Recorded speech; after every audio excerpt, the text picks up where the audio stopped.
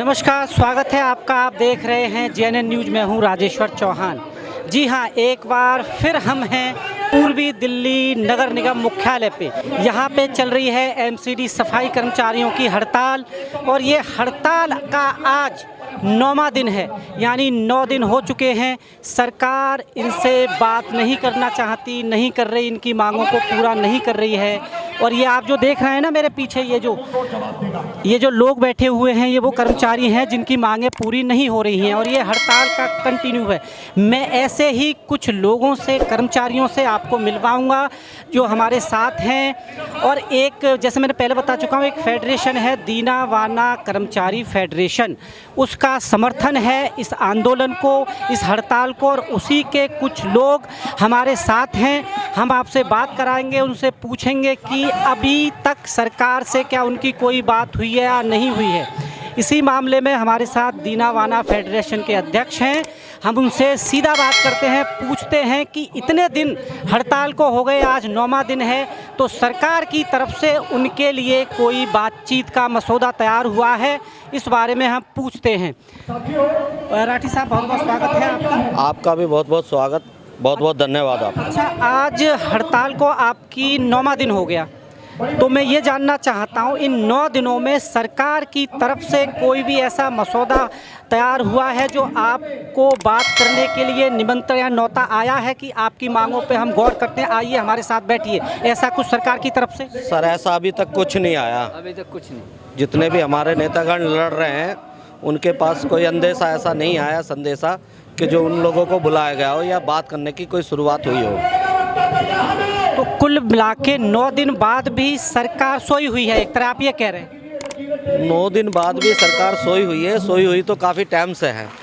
हम तो अपने अधिकारों के लिए लड़ रहे हैं और ये लड़ाई कितनी लंबी चलेगी ये इन मनुवादी सोच के लोगों के तय करता है कि ये कब तक हमसे बात नहीं करेंगे।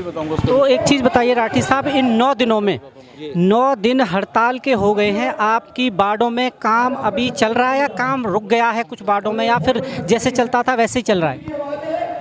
देखिए, कहीं कहीं ये लोग जो ना दबाव बना रहे हैं। जो एडिशन कमिश्नर है यहाँ का, वो बार बार जो ना अपनी एक वॉइस वायरल कर रहा है और कर्मचारियों को धमकाने की कोशिश कर रहा है। कह रहा है इनके खिलाफ जो ना कार्रवाई की जाए, पर हमारे कर्मचारी वर्ग के जो लोग हैं वो बड़ी मजबूती के साथ जो ना इस लड़ाई को लड़ रहे हैं।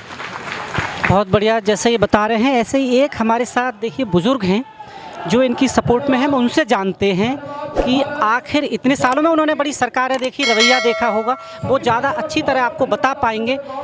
एक चीज़ बताइए मुझे बाबूजी, आपने बहुत सारी सरकारें भी देखी होंगी और एमसीडी में क्या क्या हुआ है वो सब जानते हैं। ये जो हड़ताल चल रही है, इन लोगों की मांग है वो भी जायज़ है, तो सरकार ऐसा क्यों कर रही है, क्यों नहीं सुन रही इनकी मांगों को? ये सरकार भ्रष्ट सरकार है ये, और हमारे पेट पर लाठी मारना चाहती है ये गरीब मजदूर 3 महीने से इनकी तनख्वाह नहीं दे रही है और आगे इस हमारे कार्य को ठेकेदारी में भेज रही है। तो हमारे बच्चे जो आने वाली नस्लें हैं उनको भी रोज़गार नहीं मिलेगा और जो है हमारे पेट के भी लाले हो रहे हैं। 3 महीने से तनख्वाह नहीं आ रही। दुकान वालों ने हमें सौदा देना बंद कर दिया कि जब पैसा नहीं मिल रहा उनको।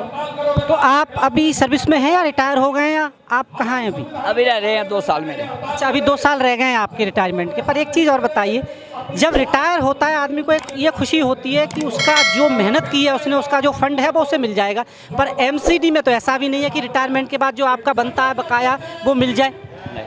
अभी जो 3-3 साल से रिटायर हो चुके हैं हमारे बंदे, उनको आज तक पैसा नहीं मिला, एक भी चेक नहीं उनका मिला। ये इतनी गलत सरकार हो रही है, कर्मचारी का शोषण करना चाहती है। ये बिल्कुल भूख कगार पर जा रहे हैं। बहुत बुरा हाल है दिल्ली के अंदर। ये देख रहे हैं आप, ये बुज़ुर्ग हैं और 2 साल बाद रिटायर होने वाले हैं, पर रिटायरी के बाद भी मायूस हैं क्योंकि ये जानते हैं इनका जो बकाया, जो मेहनत करके इन्होंने एक एक पाई जोड़ी है, वो भी सरकार नहीं देगी इतनी आसानी से। ऐसे ही हमारे साथ दीना वाना फेडरेशन के दिल्ली प्रदेश अध्यक्ष हैं, पूर्वी पूर्वी दिल्ली प्रदेश के अध्यक्ष हैं हमारे साथ अमित जी। हम इनसे जानना चाहेंगे और जानने की कोशिश करेंगे कि पूर्वी दिल्ली में जैसा कि ये बराबर नजरें बनाए रहते हैं, क्या हालत है एमसीडी की, और इस हड़ताल के बारे में भी जानेंगे। स्वागत है अमित जी। जी, आपका भी बहुत बहुत स्वागत है। मुझे ये बताइए, पूर्वी दिल्ली में एमसीडी की जो हालत है वो दयनीय है, ये मैं भी जानता हूँ, मैंने कवर किया है। आप अपने शब्दों में ज़रा हमें बताएंगे दर्शकों को कैसी हालत है इस वक्त एमसीडी की। देखिए, हालत तो अगर सरकार की तरफ से देखें तो सरकार की तरफ से तो दयनीय हालत है, क्योंकि हमारे को समय पे वेतन नहीं मिल रहा, समय पे हमारे एरियाज़ का भुगतान नहीं हो रहा, समय पे हमारा जो भी वेतन बनता है या लाभांश बनते हैं वो नहीं मिलते हमारे को। और उससे बड़ी विडम्बना की बात तो ये है कि यहाँ से जब सेवानिवृत्ति के बाद हमारा कर्मचारी सेवानिवृत्त होता है तो उसको लीव एंड कैश का पहले पैसा मिलता था, ग्रेजुएटी मिलती थी, वो बिल्कुल भी अब नहीं मिल रही है। हमारा सेवानिवृत्त कर्मचारी यहाँ से खाली हाथ जा रहा है। और सबसे बड़ी विडम्बना ये है कि जैसे वो लोग पेंशन पे निर्भर रहते हैं, पेंशन भी यहाँ पर 5-5, 6-6 महीने हो जाती हैं, जबकि दिल्ली के अंदर और जो एडमिनिस्ट्रेशन हैं और जो डिपार्टमेंट हैं वहाँ पे टाइम टू टाइम पेमेंट होती है। ऐसा यहाँ पे सिर्फ और सिर्फ बीजेपी और आम आदमी पार्टी की मिलीभगत के कारण हो रहा है। अमित जी, आप ये कह रहे हैं कि दिल्ली में जो दो सरकारें काम कर रही हैं इस वक्त, एमसीडी में बीजेपी और अगर राज्य में कहें तो आम आदमी पार्टी, इन सरकारों की आपसी लड़ाई जो है वो कर्मचारियों को हितों को दरकिनार कर रही है, अपने ईगो के लिए कर्मचारियों को भेंट चढ़ा रहे हैं। सीधा सा मतलब आप ये कहना चाह रहे हैं? सर, सीधा सा मतलब तो देखो, ये अब इस वक्त है चुनाव आने के बाद ही आम आदमी पार्टी ये दिखाना चाहती है या बीजेपी ये दिखाना चाहती है कि हम लोग किन कर्मचारियों का भला चाहते हैं। और अभी आपने देखा भी आज का रुझान, आज बीजेपी ने 16,345 सफाई कर्मचारियों को परमानेंट करने की बात मानी है। और जबकि इनको दिख रहा है कि 25 साल से ये लोग एक ये चुनावी जुमली जामा पहनाते हैं और कर्मचारी को, इस समाज को, जो ये सफाई कर्मचारी समाज है ना, ये वाल्मीकि समाज है और दिल्ली में पूर्णतः बहुत बड़ी आबादी के रूप में रहता है। और अब की बार दिल्ली के अंदर वाल्मीकि समाज ने मन बना लिया है वोट पे चोट का। अगर इनकी मांगें नहीं मानी गई तो ये लोग फिर से आएंगे। और इसके पीछे हम दीना बाना कर्मचारी फेडरेशन को लेके खड़े हैं। जहां कर्मचारियों को हनन होगा, जहां कर्मचारियों के अधिकारों को शोषण होगा, वहां पर दीना बाना कर्मचारी फेडरेशन अपनी पुरजोर आवाज़ उठाएगा।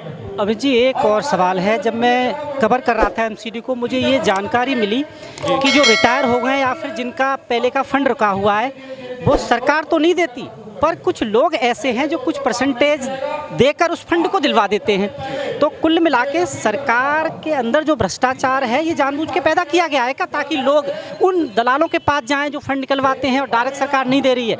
इसका फ़ायदा उन्हीं को कहीं ना कहीं पहुंच रहा होगा, उनके नुमाइंदे जो बैठे हुए हैं अंदर। जी, मैं आपकी इस बात से पूर्णतः सहमत हूँ, क्योंकि जो पैसे की डिमांड यहाँ पे कर्मचारी कर रहा है ना, उसको एक कोर्ट के माध्यम से, एक वकील के माध्यम से तो पैसा मिल रहा है जिसमें उसको कमीशन तय है। उस कमीशन के आधार पर अगर हमारे को वकीलों को दे सकते हैं तो डायरेक्ट मेरे कर्मचारी को क्यों पैसा नहीं दे सकते। और रही बात फाइनेंस की, तो मैं आपको आपकी मंच के माध्यम से ये ज्ञात कराना चाहता हूँ कि ये भारत देश है, जिसमें प्रधानमंत्री 5-5 हज़ार करोड़ दूसरे देशों पे देते हैं, उनको दान देते हैं। क्या ये उनके कर्मचारी नहीं है? ये भारत के नागरिक नहीं है? तो इन लोगों के साथ ऐसा कुठाराघात क्यों है? मैं आपके चैनल के माध्यम से ये सरकार से पूछना चाहता हूँ कि ये इन लोगों के साथ कुठाराघात क्यों है? क्योंकि ये वाल्मीकि समाज है, नीची जाति है, उसके साथ अन्यथा ऐसा ना ले। मैं चेताना चाहता हूँ कि ये जो समाज है, जो ये सफाई कर्मचारी समाज है, अभी ये सोया हुआ है। अगर ये जाग गया ना तो अपनी वोट की ताकत से उन सरकारों को ख़त्म कर सकता है, उन सरकारों की सत्ता को ख़त्म कर सकता है जिसके लिए वो बैठी भी है। अन्यथा इसको मजबूरी बस ना लें कि हम लोग मजबूर हैं। मैं पहले भी बता चुका हूँ आपको, एमसीडी की सारी चीज़ें मैं बता चुका हूँ। बहुत कुछ चल रहा है जो लोगों को दिखाई नहीं देता। ये वही लोग हैं जो आपके शहर को बहुत सुंदर बनाते हैं, पर इनके खुद का वेतन इन्हें नहीं मिल पा रहा है, खुद की रोजी रोटी ढंग से नहीं चला पा रहा है। हम राजधानी दिल्ली में हैं, हम दिल्ली राजधानी की बात कर रहे हैं। ऐसे ही देखिए हमारे साथ कुछ महिलाएं हैं। ये वो महिलाएं हैं जब सुबह सुबह इनके बच्चे सो रहे होते हैं, उस वक्त घर से उठकर सोते हुए बच्चों को ये आपके रोड, आपकी गलियों को सुंदर बनाते हैं, ताकि आप कह सकें मेरा भारत महान। और मेरा भारत महान और मेरा भारत स्वच्छ जो कहा जाता है वो इन लोगों की वजह से है। इनका दर्द और इनकी कहानी आप इन्हीं से सुनिए कि कितनी परेशानियां हो रही हैं। और ये जो हड़ताल चल रही है, हड़ताल आसान नहीं होती।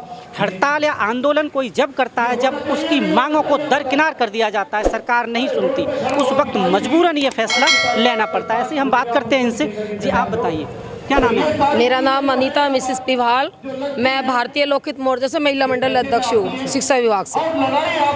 एमसीडी की जो दिक्कतें चल रही है, ये परेशानियाँ चल रही हैं, ये सरकार क्यों नहीं सुन रही? क्या है इनकी? देखिए सरकार क्यों नहीं सुन रही, मैं बता देती हूँ आपको कि सरकार ठेकेदारी प्रथा ला रही है। ठेकेदारी प्रथा में क्या है ना, हर ठेकेदार की जेब में और हर अधिकारी की जेब में पैसा जाता है, इसलिए यही कारण है ठेकेदारी प्रथा लाने का।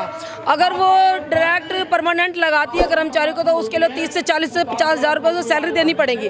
तो उससे क्या होगा, हमारी सरकार को बहुत ज़्यादा घाटा पड़ेगा, नुकसान होगा, उनकी जेबों में कुछ नहीं जाएगा, सारा पैसा कर्मचारी ही लेंगे। यही कारण है ठेकेदारी प्रथा का। पर एक चीज़ मुझे बताइए आप, जब हम दिल्ली को देखते हैं और वो जो बोर्ड बड़े बड़े सरकार के जो देखते हैं, उनकी एडवर्टाइज देखते हैं, उसमें करोड़ों रुपए खर्च होते हैं। अगर वो करोड़ों रुपए एडवर्टाइजमेंट की जगह इनकी सैलरी, इनकी रोजी रोटी ज़रूरी है, वो जो ऐड है वो ज़्यादा ज़रूरी है सरकार के लिए। आप अपने शब्दों में कैसे इसको देखती हैं? देखिए मैं अपने शब्दों में ऐसे ही देखती हूँ कि वो हमारे समाज को उठता हुआ नहीं देख सकती। ये समाज हमारा वाल्मीकि समाज है जो कि बहुत नीचे तबके पे आता है। ये समाज अब ऐसा हो गया है कि हमारे बच्चे पढ़ लिख के संविधान को पढ़ लिया है, बाबा साहब को समझ चुके हैं, अपने हक अधिकार, अपने मूल्य अधिकार क्या होते हैं हम सब समझ चुके हैं, हम लड़ रहे हैं सरकार से। यही कारण है सरकार का कि हमें सैलरी ना देके हमारे लिए नौकरियां खत्म करके अपने बड़े बड़े बोर्ड, अपने अपने जो बैनर छाप रही है, सिर्फ ये अपना नाम करना चाहती कि हम ये काम कर रहे हैं। लेकिन मैं आपके चैनल के माध्यम से बता दूं कि जो भी मेरी आवाज़ सुन रहे हो, ये सरकार की बहुत मिली हुई साजिश है। ये दोनों सरकार मिली हुई है, कोई भी हमारा फ़ायदा नहीं चाहती है। तो इस वक्त जैसे चुनाव हैं, बहुत सारी घोषणाएं, बहुत सारे वादे किए जा रहे हैं सरकार की तरफ से। उन वादों पे आपको यकीन है कि इस वक्त जो वादे किए जा रहे हैं आपके लिए वो पूरे कर देगी सरकार, या फिर ये चुनावी जुमला है? देखिए अभी चुनावी जुमले के बारे में मैं बता दूं कि केजरीवाल सरकार ने कहा था कि अगर मैं दिल्ली में आ जाता हूँ दोबारा से तो बिजली पानी फ्री का तो लालच उसने दे दिया।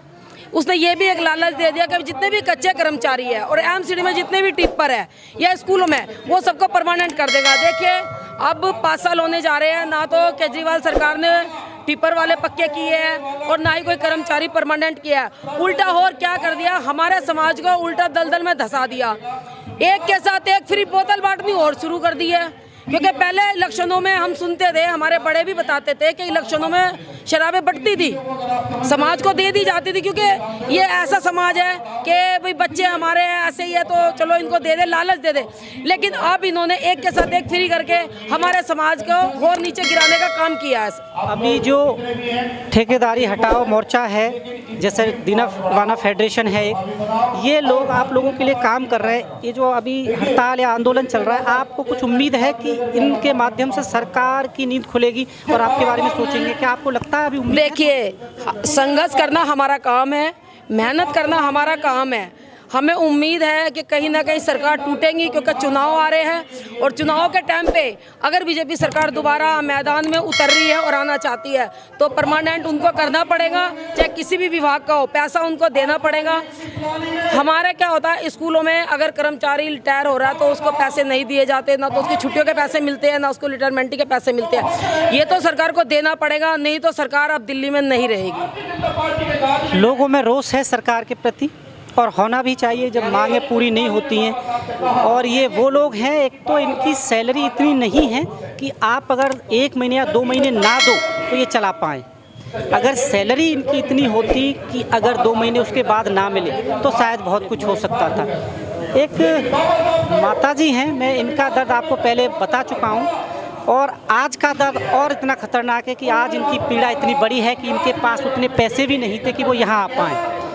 मैं शब्द कभी मेरे पास कम पड़ जाते हैं, क्योंकि मैं महसूस करता हूँ इनके सम्मुख रह के, और शब्द जब भी कम पड़ते हैं जब आप इनका दर्द महसूस कर रहे हो। हम इन्हीं से जानते हैं। मैं पहले आपको दिखा चुका हूँ, एक बार और सुनिए इनकी पीड़ा। जी बताइए।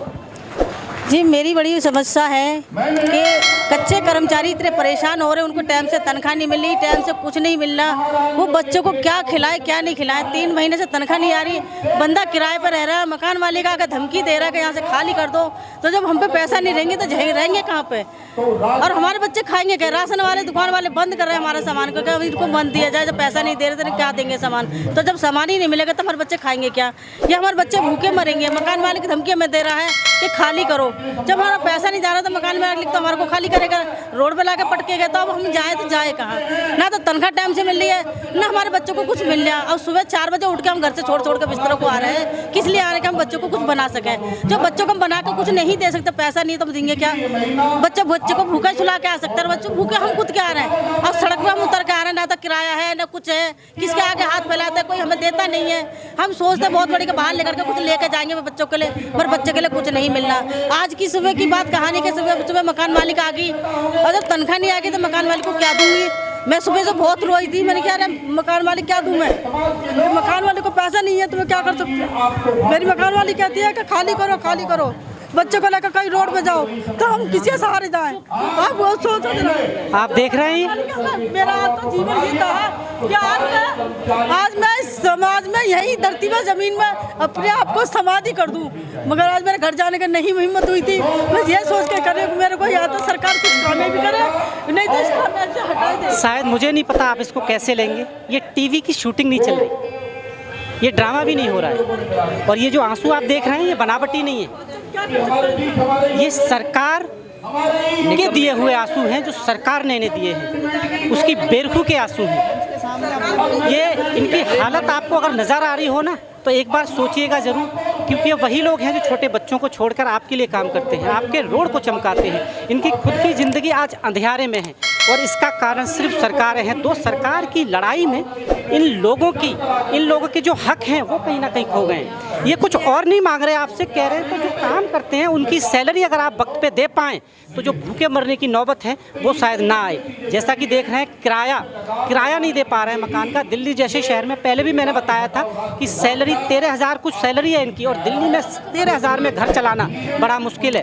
क्या सरकार के वो लोग इस तनख्वाह में अपना घर चला पाएंगे? क्या अपने शौक पूरे कर पाएंगे जो विदेशों में वो घूमते हैं? ये वो सब कुछ नहीं करते, ये सिर्फ 2 वक्त की रोटी के लिए अपना मेहनताना मांग रहे हैं। आप सोचिएगा ज़रूर इनके बारे में भी जब आपकी नींद खुले तो। जी, आज मैंने घर से इसलिए निकली हूँ, या तो मेरे बच्चों को या मेरे परिवार को कुछ समाधान भी लिखना है, नहीं तो आज मैं फांसी लगा के यही दफ्तर में मरूंगी मैं।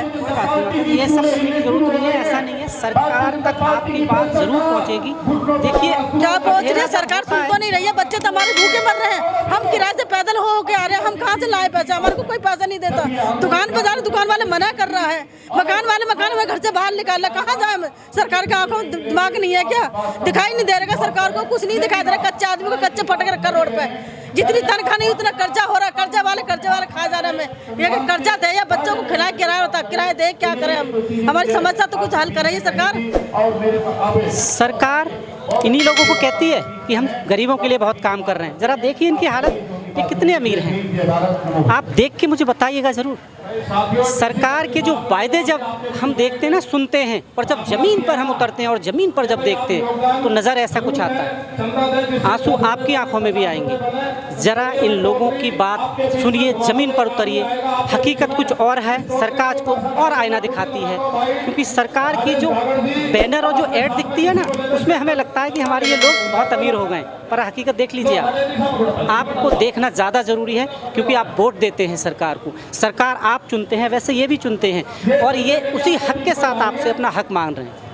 ऐसे ही मैं और लोगों से मिलवाऊंगा। आप देख रहे हैं GNN न्यूज़। धन्यवाद।